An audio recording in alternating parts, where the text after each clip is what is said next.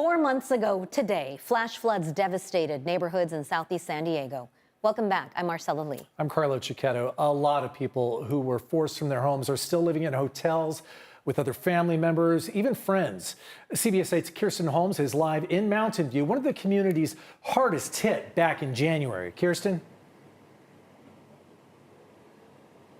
Yeah, we know a lot of cars received damage from this flood. We know some were submerged in waters. Others were drifted down the street by rushing floodwaters.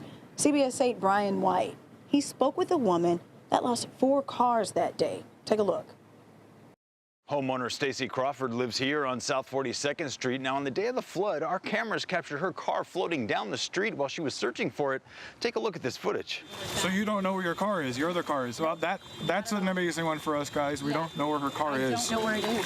When Stacey eventually found her car after the floodwaters receded, it was 4 houses down in her neighbor's yard. The water line went all the way up to there. That's where the water line is, basically. Another one of her cars was also picked up by the water. This one floated all the way down to the middle of the street. They had to move it for me. It was where those people are standing. Altogether, the flood on January 22nd destroyed all 4 of her vehicles. 2 were covered by insurance and 2 were not. I asked how her claims went. We were back up in cars in about a week and a half, which, I mean, that was crucial for getting things done. You know, I mean, you have to have a vehicle to get things done. She and her husband got 2 brand new Chevy Bolt EVs, and then it was on to house repairs. They were approved for an SBA disaster relief loan, which helped to pay for new flooring, drywall, appliances, and new furniture. I actually just got a couch for the first time last week, and I'm telling you now, take advantage of sitting on your couch when you can, because when you don't have one, it's amazing to have one. Now, 4 months later, looking back, she still can't believe what happened that day.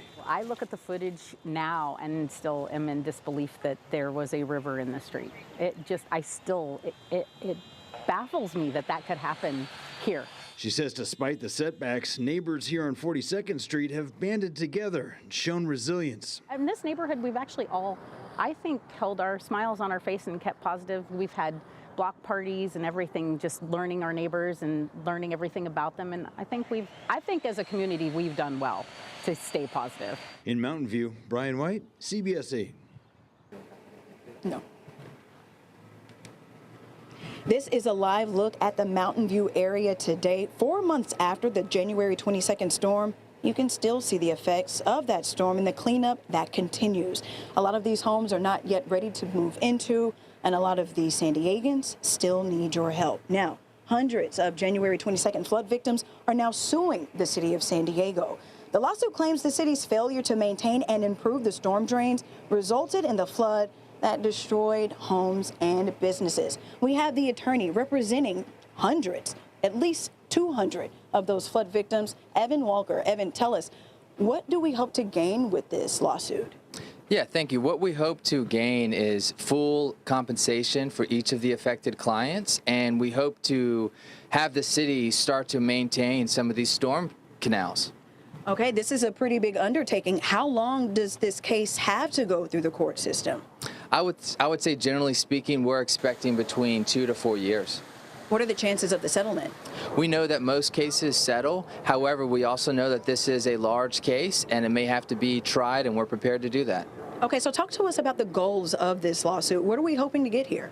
Yeah, the goals of the lawsuit is for the clients to get full compensation for what happened on January 22nd. And secondly, we would like the city to step up and start being more proactive when it comes to these storm drain channels throughout the city. All right. So one last question. How can people who are interested in joining this lawsuit, where can they go for more information? Yeah, if anyone has any questions, feel free to reach out to me, and I'm happy to speak to them. You can find me online. All right. Thank you so much for that, Evan. Thank you. All right. So if you can help, CBS 8 is partnering with the Salvation Army to continue to help these neighbors rebuild. We have a graphic for you that we want to show you where you can drop off donations. You can drop off those donations at any one of our San Diego thrift store locations for the Salvation Army. And if you need help, San Diego voluntary organizations active in disasters is where San Diego County is pointing those impacted by the floods. They have volunteers that can help with cleaning a home, replacing appliances, and a whole lot more. Go to CBS8.com and click on the help button if you need help. Reporting for CBS 8, I'm Kirsten Holmes. Back to you. Kirsten, it has been a long 4 months. I know I was out there with you in that neighborhood the week of the flooding. And I don't think people can really grasp just how much devastation there was unless you were there yourself. I know that I couldn't. And it's so great that, you know, we're following up and making sure that the people get the help that they need. And at the time, they couldn't accept donations because their homes were taken down to the studs. But now some of them have the drywall back up. They're moving in, and it is the time to receive those couches and appliances and so forth. You know, I've been in this community before the floods. This is a very active, vibrant, working class community. And to see it now where the neighbors that I would see that would say hi, they're not home. So for me, it's a very different community. It's great to see so many people coming back and rebuilding, but I want to get these neighbors back into their homes, you know? And now is the time more than ever they really need our help. Thank you so much, Kirsten, for